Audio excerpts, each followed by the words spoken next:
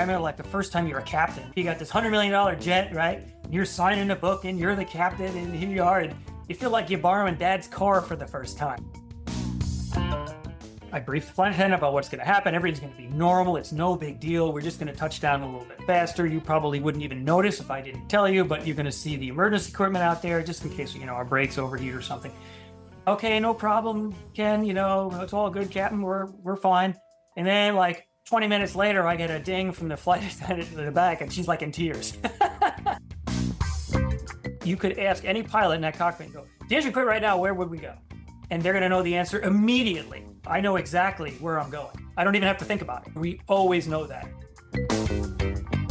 Why does my seat need to be in the upright position? How real is it that I have to make sure that my cell phone and my computer is off on takeoff and landing? And then why can I turn it back on when we're at 35,000 feet?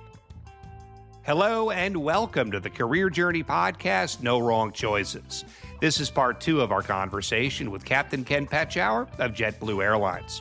I'm Larry Samuels, soon to be joined by Tushar Saxena and Larry Shea.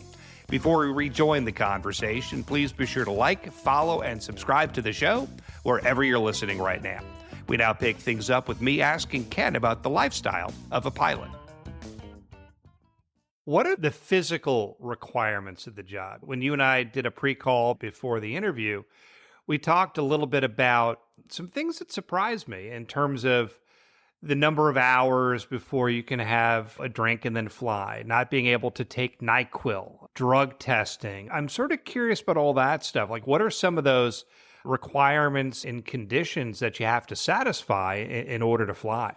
So to maintain your license, you also have to have what they call a medical certificate. So ultimately, you need to pass your FAA medical.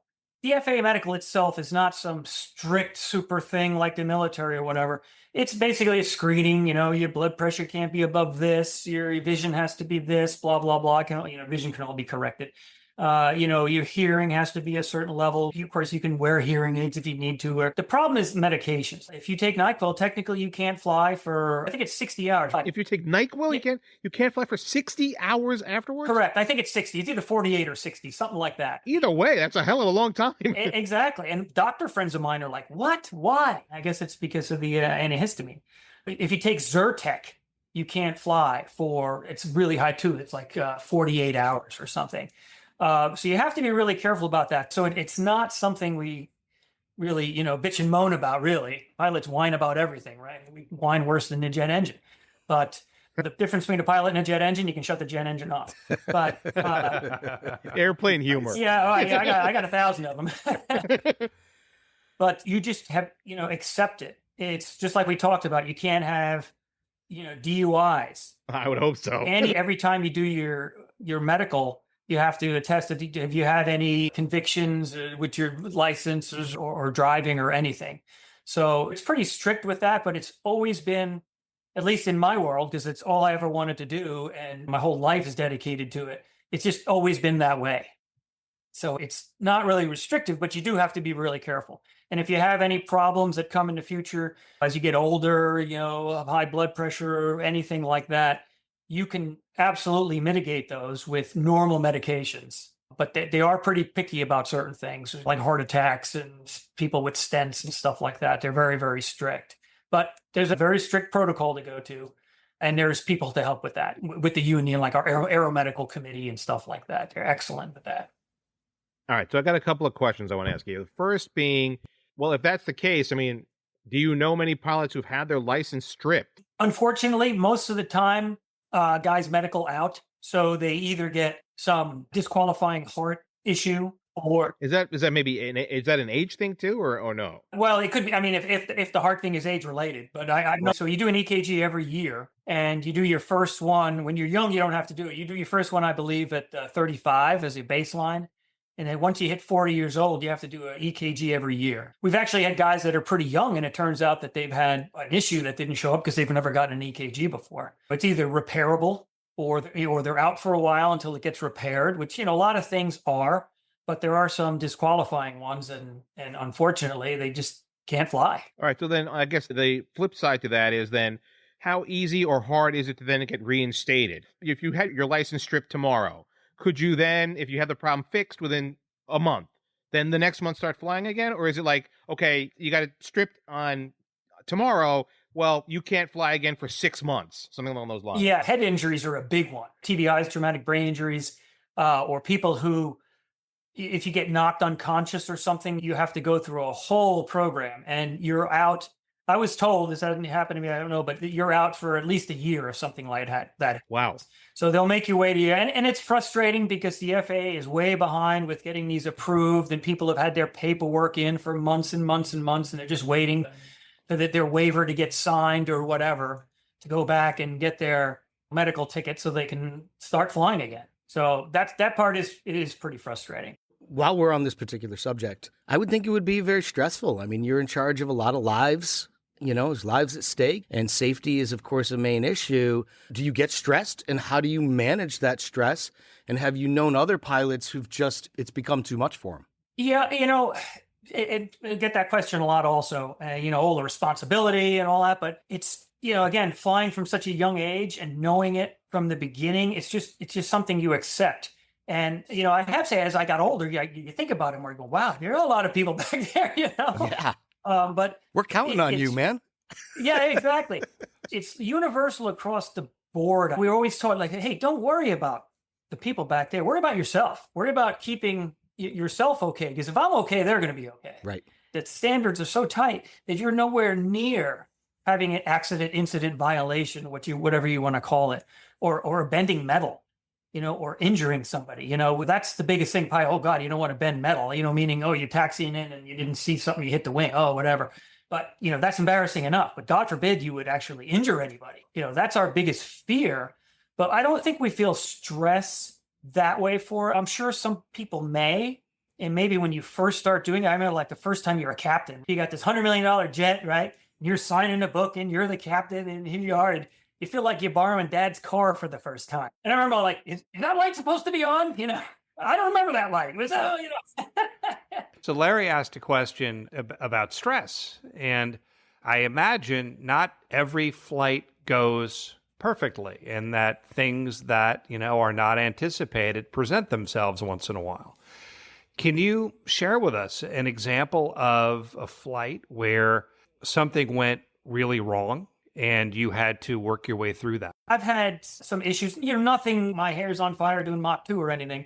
I've had a couple times where like the pressurization went out, and as opposed to the masks dropping, I actually was able to descend quick enough that the mask didn't drop, because that would really freak people out back there. I've had several of those. I've had a specific one where it was a newer airplane, and for some reason there was an issue with the flaps, and the flaps and slats would not come out.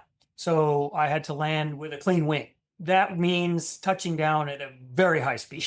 Holy cow. Wow. And a very different attitude. And I declared an emergency, of course, and called out all the equipment and the trucks and everything. And I briefed the passengers and everything. And it's kind of ironic because, a lot of our training is, of course, threat error management and leadership and communication and managing stress, fatigue, and things like that.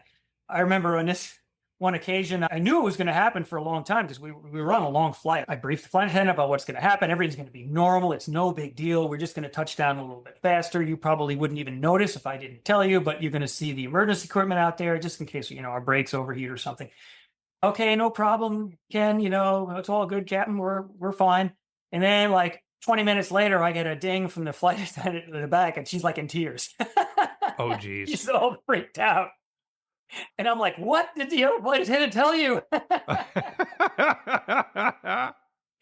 I was like, okay, come on up here. Brought her up into the jump seat, sat her down. I was like, hey, it's okay. We actually trained for this. This is one of the things we actually trained for. So it's no big deal. And then when she saw how we were all good and all was going to be okay, everything was fine. But she had never been in any even minor incident. So it just kind of freaked her out a little bit. All right, so obviously now as a captain, you are the leader of that aircraft, whichever aircraft you're on. Mm-hmm. So I want to talk a little bit about the transition. As you said, you started as a flight engineer to a co-pilot, and then obviously now to a captain. What's that transition like? We're talking about hours and flight time, stick time, etc. What does that transition look like?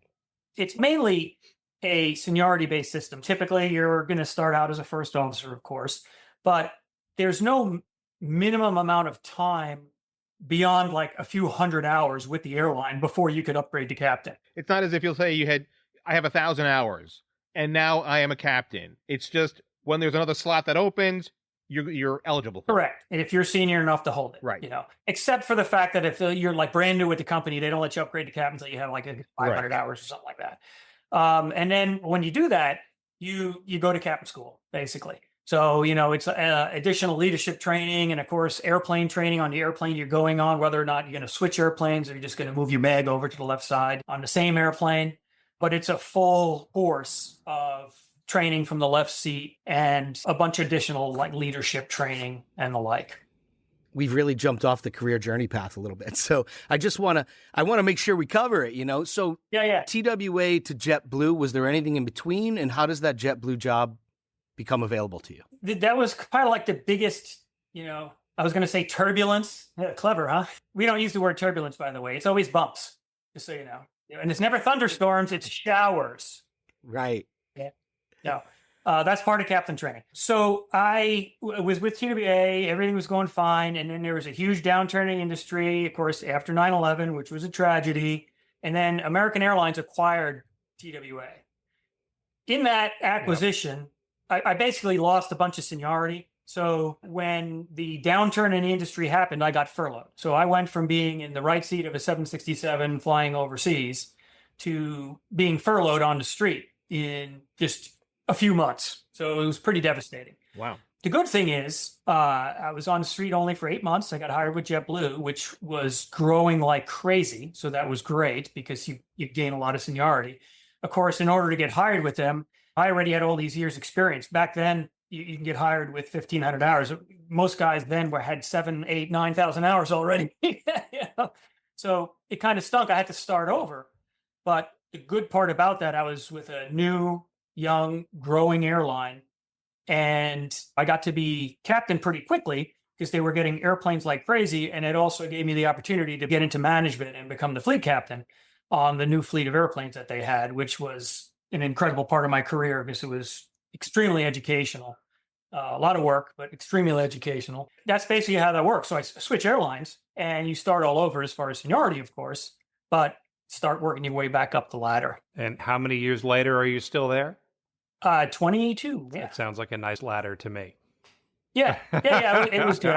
It's been great. I was so lucky to do, have the excitement of doing the whole management fleet captain thing and upgrading early and doing all kinds of fun stuff and being involved. What does it mean to be a fleet captain? So it's a very technical job. It's not like a chief pilot. Chief pilots deal with, guys who come into the office and have days off and vacation issues and all things like that. Chief pilot's more administrative. Fleet captain's more technical. So you're in charge of basically the procedures manuals and the checklists and the check pilots and training the check pilots and working with. Well, that's like a perfect job for you. Oh my God. As a geek, yeah, I was like in my glory. I was down in Brazil a lot because it was Embraer airplanes that we had gotten. I got to work with the manufacturers and with maintenance. And Oh, wow. it was an unbelievable experience and education like you wouldn't believe, which has really served me well in my career because I understand how this all works because I've written some of the manuals and written the procedures and got to do a lot of neat flying with brand new airplanes and stuff we don't normally do or we wouldn't do with passengers on board. Earlier you referenced 9/11, and I think we would be remiss, if we didn't ask this next question. You've been flying for a long time. You flew before 9/11, you've flown after 9/11. We've all, as passengers, seen the universe flip upside down because of that event.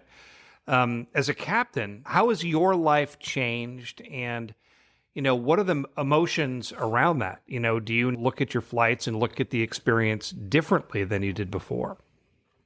Yeah, 9/11 changed everything. It changed the industry a lot as far as security and all the issues that go around with that. Other than that, I mean, there's just more of a feeling of wanting to be safe and knowing that the whole mentality in the back of the airplane that no one's going to ever let something like this happen again. I guess we all feel more secure. It was a very tough and somber time that they would hit us, because the industry took it very hard, because it was like they were attacking us. You know what I mean? Yep. It was Right. everybody. Right. Everybody took it very, very seriously. And what's funny now is so many of the younger flight attendants we fly with now, and a lot of young pilots, they were very young when it happened, or not even born. So it's almost like we're forgetting. But those that were there and lived through it will never forget that. I guess we've kind of we've covered a bit about how the industry has changed. Change gears a small bit and talk about staffing, right? This notion of you are the captain of a crew. So is it typical for you to work with a similar co-pilot crew as well, or is it always changing? You typically fly with the people who are in your same base. I'm based in Orlando, so we have 300 captains or whatever and 300 first officers. So you'll fly with a lot of the same people in your base, as far as first officer, not, especially if it's a guy who also likes to fly 3 and 4 day trips.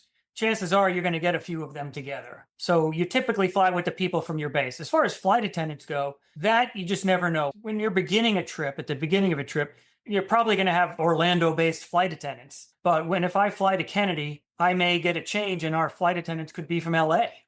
So pilots, yes. Cabin crew, no. Pilots, yes. More, yes. I mean, yeah, we'll fly, but it's not always the same guys. Sometimes you see a guy, you don't see him for years. You see him walking down the tram like, hey, I haven't seen you for years. Where you been? And they're like, oh, I'm bidding this now or whatever. So you don't get to see them. Right.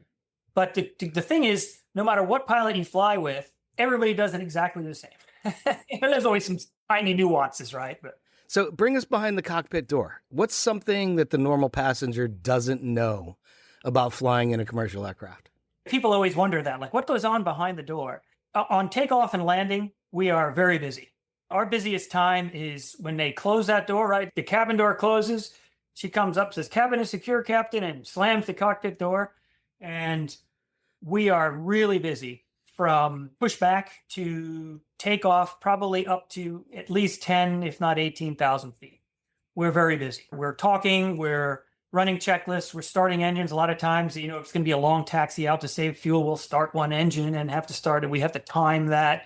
And taxiing in today's modern airports can be very challenging, especially in like O'Hare, Kennedy. We know them like the back of our hand, but the threat there is we know them like the back of our hand. Right. I may have taxied out.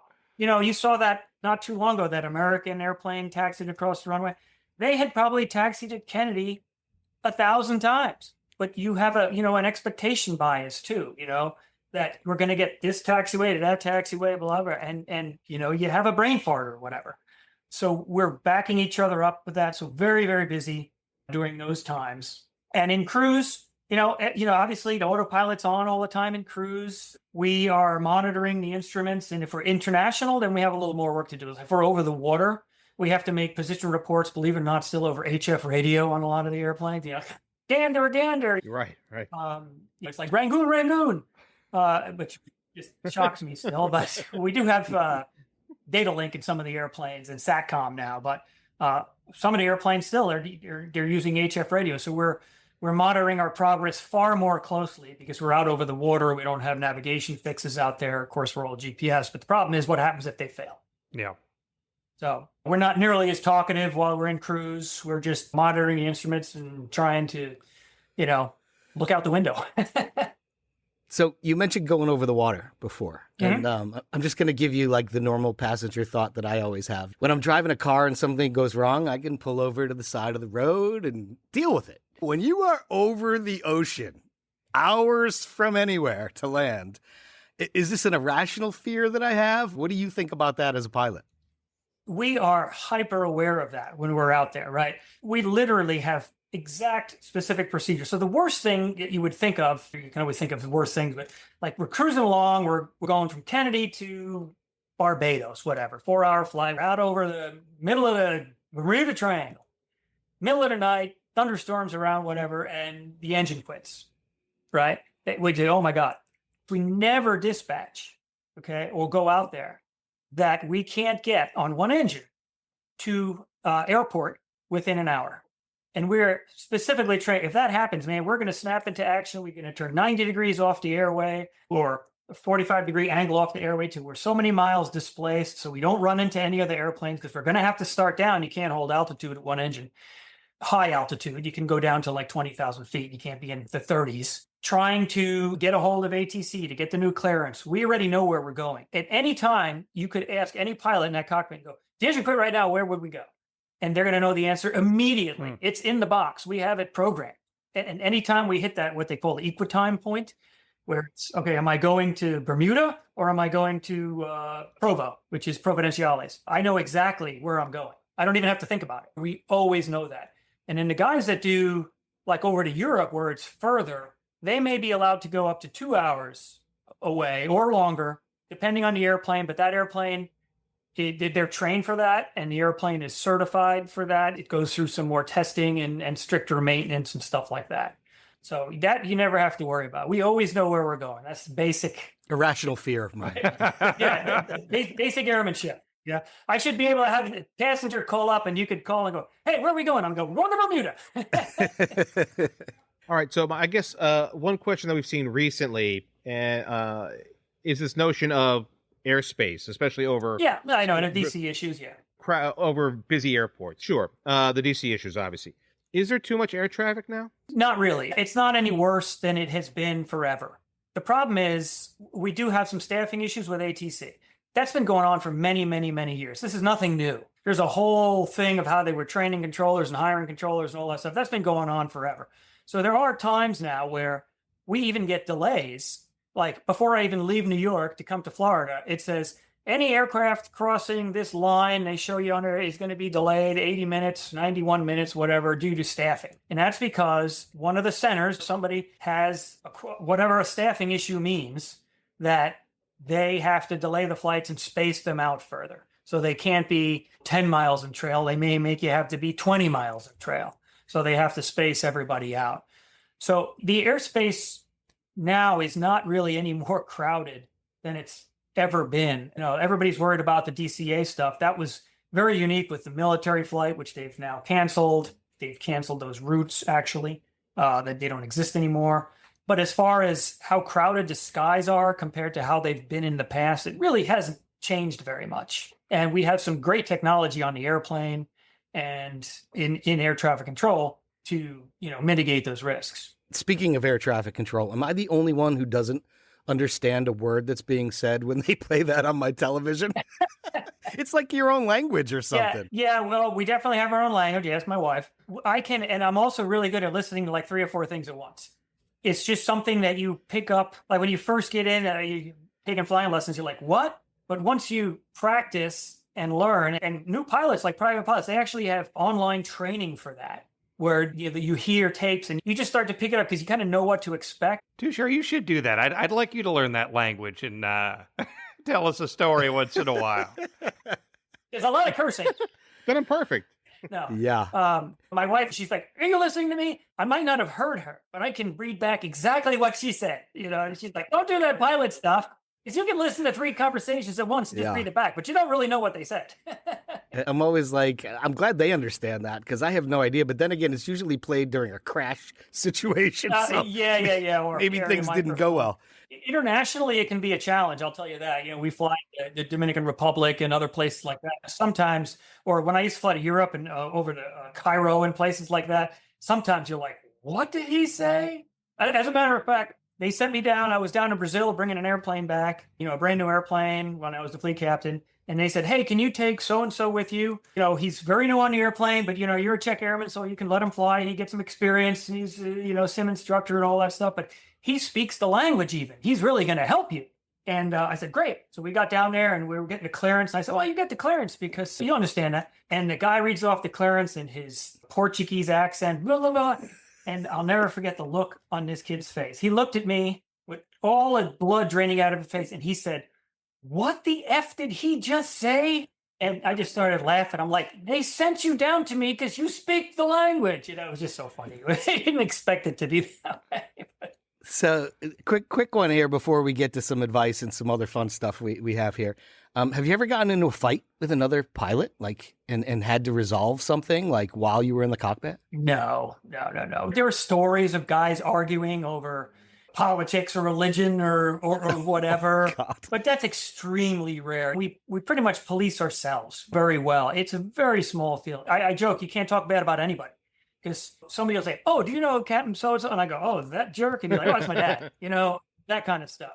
Do you know who the bad pilots are too, though? And can you point them out so I'm not on that plane next time? Yeah, right. And we'll make them wear our red ribbons. Make them wear that scarlet letter. All right, so I have a couple of questions. Actually, something you just said brought a question to my head, which was you when you fly overseas, as you said before, someone speaking in Portuguese from the air traffic control center, someone's going to be like, I have no idea what they said. How many languages can you speak? Yeah, I only speak English. I do speak some German, but the international language of aviation is English. So all air traffic controllers are required to speak English. And it can be challenging with the accent sometimes, and you have to ask them to repeat and repeat. But most of the time, we already know like how they're going to clear us. We have the approach plates. We know what the names of the fixes are and stuff like that. So you have a lot of help with that. And quite honestly, once you fly to a certain place and listen to it a little bit, you actually learn to pick it up. Why do all captains seem to have the same voice? The same soothing voice. We'll be flying at 35,000 feet. Actually, and believe it or not, that's something like we practiced from a kid when he first started flying, right? But there is actually some truth to that. So everybody says too, like when I make my PM, like, "Hey folks, welcome aboard, blah, blah, blah." Like, they're like, "You got that pilot voice down fine." It's funny because the ski patrol, like, we have to talk on radios too. And they're like, "Man, you got that pilot voice on the radio. Everybody knows who you are." But part of that too on the airline is that background humming you hear. That's another good question. That's a great question. I didn't. Yes, absolutely. You know what that is? That's 400 hertz, 400 cycles. So most power is 60 cycles in your house, but airliners run on 400 cycles. So that's what that sound is. Okay, now I know. Now I know. That sound is, yeah. So, and it helps your voice. And a lot of scotch. No. Why does my seat need to be in the upright position? In case we got to evacuate. Okay, fair enough. So if we're on takeoff and we reject the takeoff or something happens, we slide off, whatever, we got to evacuate. You don't want the seat down because you won't be able to egress. Also, this is kind of cool. If you ever sit in the exit row, right? The seats in front of the exit row won't recline because they don't want them coming back to block the exit. But also, if you look at and this is secret, you can win some money with this if you ask somebody. If you look at the tray table, it has the little knob you turn to drop the tray table. If you look at the ones in the exit row, they're blocked from going one direction. That's in case you're egressing the airplane that you don't accidentally pop the tray table down and block the people flying. I would never have thought of this in a million years. Yeah. I got lots of them. If you ever see the little triangles up above the window, above the wing, Sure. That's where if I had a problem with the flaps and slats and doesn't know what position they were in, I would tell the flight attendant to go to and look out that window, and it'll tell me what position the flaps and slats are in because it's marked on there. So if you look next time you see the flaps and sort of slats down in the back and the flaps, you can see marks and it'll say 30, 20 or something like that. Is it still glamorous to fly? We always hear stories about people getting in arguments on flights, and not pilots. I'm talking about like passengers, right? Right. Is it still as glamorous to fly as it once was? I remember when my father would take us, the family flying, he would wear a suit. Yeah. No, it's not as glamorous as it was. I started in 96, so I missed like the real heyday of all that.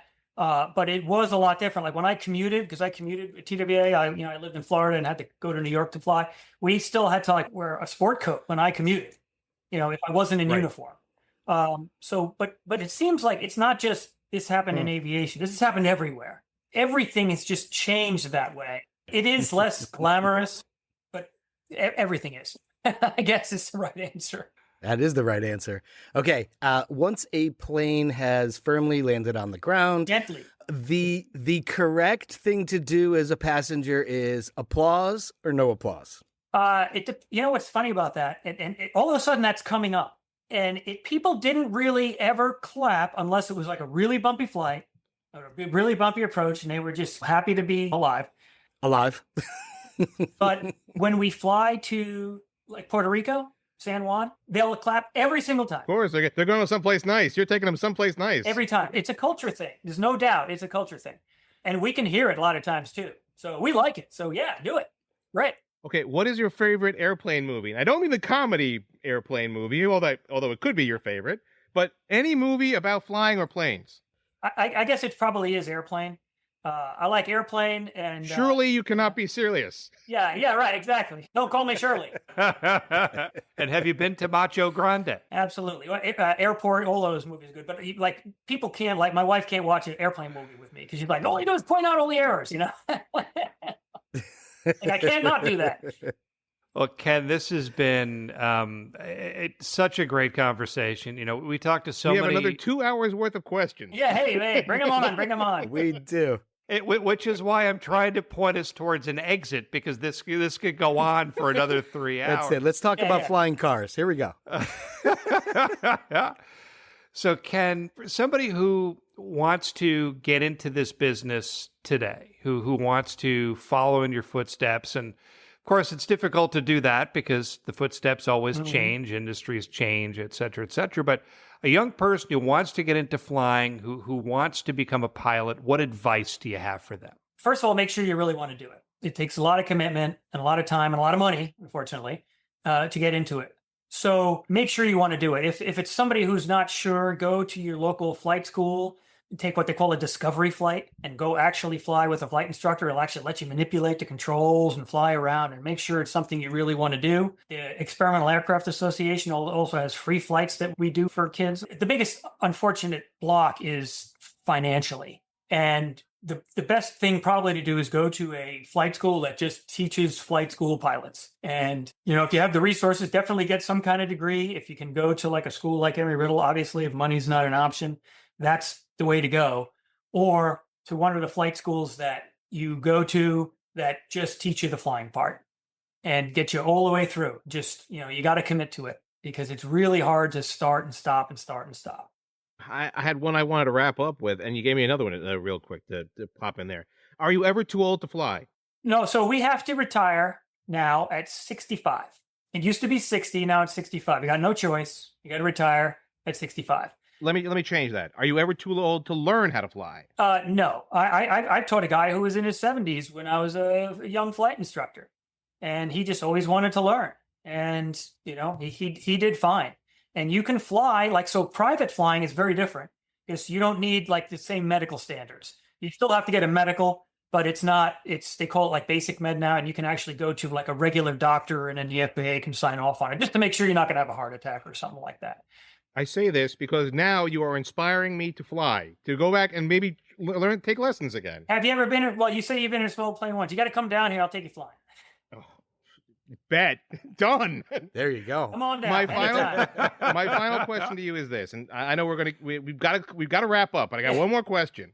How real is it that I have to make sure that my cell phone and my computer is off on takeoff and landing, and then why can I turn it back on when we're at 35,000 feet? So there is a real problem with the cellular phones. Okay, I could hear back when I flew the MD-80, much older airplane. We could actually hear in the radio, and you'll hear it sometimes in your car, or if you have a radio around and your phone is laying next to it, like that beep, beep, beep, beep, beep sound. That's that sound of the cellular. And you can actually hear it in the radio sometimes. And in the older airplanes, it would actually affect our compasses. It would actually make them turn and jitter. That part I understand, but now the modern craft. Yeah, so the modern ones have all had a modification done and testing done to make sure that it doesn't interfere with the aircraft system. That being said, a lot of the airlines just institute policies like that because they don't want people either talking on their phone or using it at certain times. And they just want everything stowed in case of an emergency and stuff like that. So it's more safety. And a lot of airlines can make up kind of their own rules with that. So you'll notice some airlines make you do things a little bit different than the other. And, the FAA requires certain things, but the airlines can make up pretty much whatever they want. And it's, most of it has a safety aspect. Ken, one more. I'd be remiss if I didn't ask it. What's your most memorable flight and why? That's a good question. Probably my first flight as a captain. It's like the culmination of your career, your career goals. From where to where? It was from from Kennedy to Orlando with JetBlue. Similarly, your first podcast experience will be something that you remember forever and hang on to. Never forget it. as we refuse to let you leave because this has been so incredibly interesting. Thank you for the time. Thank you for the look inside of, I think what to a lot of us is a very mysterious industry. It's sexy, it's interesting, it's exciting, and in a lot of ways it's mysterious. And you gave us a look that not a lot of people have been able to get their hands on, so to speak, or their ears on. So thank you so much for joining us. Well, thanks very much for having me. I like what you just said too. It's nice to get this stuff out there too, because there is like a lot of mystery behind it. It's not that mysterious. It's just it's good to have interesting conversations that people would be interested in. So, got any other questions at any time? Just hit me up. I'll answer them all. It might not all be right, but if I don't know the answer, I'll just make it up.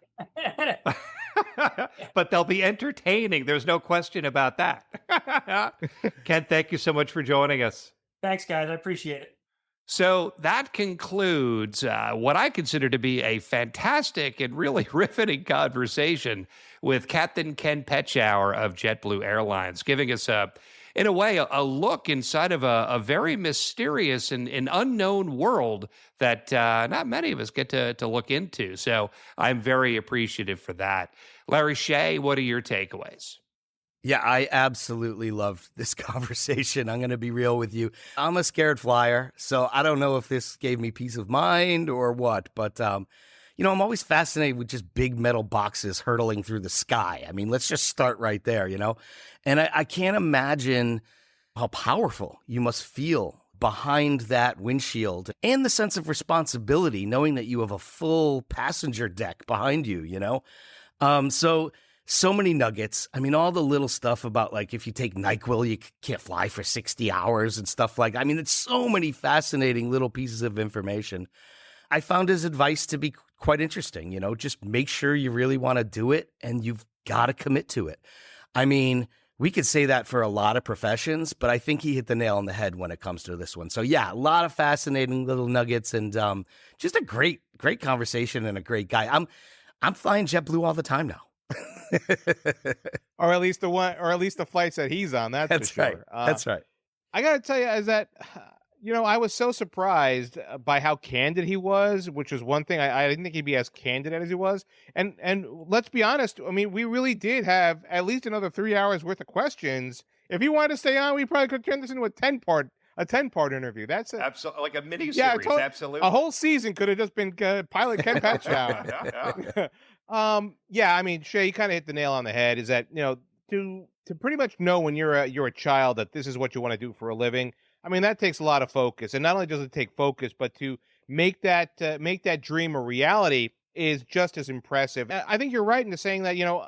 I would be far more comfortable with have pilots like him in the cockpit, knowing that how serious they take their job. We all kind of wonder why they all have the same voice when it comes over on the radio to tell us that we're at 35,000 feet. We all kind of joke about stuff like that.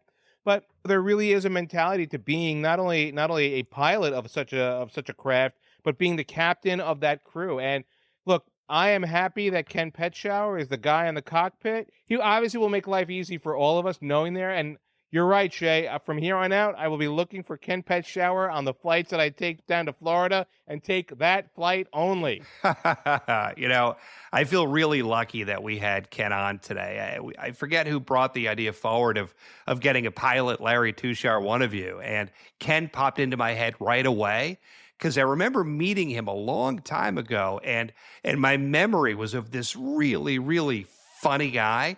And he certainly lived up to all of my expectations today.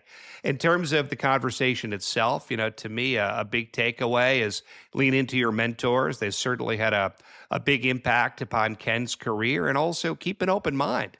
Grab the opportunities that come your way. I think one of the stories he told was of working for a television station in Orlando as the traffic pilot. And, it might have sounded sort of silly at the time. He might have wondered why he was doing it. But in the end, it's crystal clear that was a really smart choice. And it led to incredible things on the other side.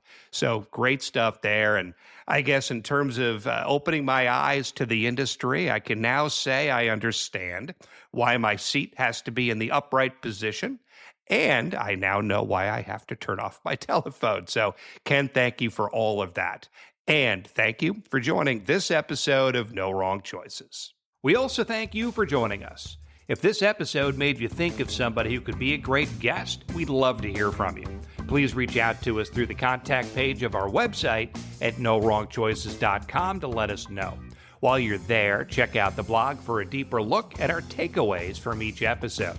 You can also connect with us on social media. We're on LinkedIn, Instagram, Facebook, YouTube, and X. On behalf of Larry Shea, Tushar Saxena, and me, Larry Samuels, thank you again for listening. We'll be back next week with another inspiring episode.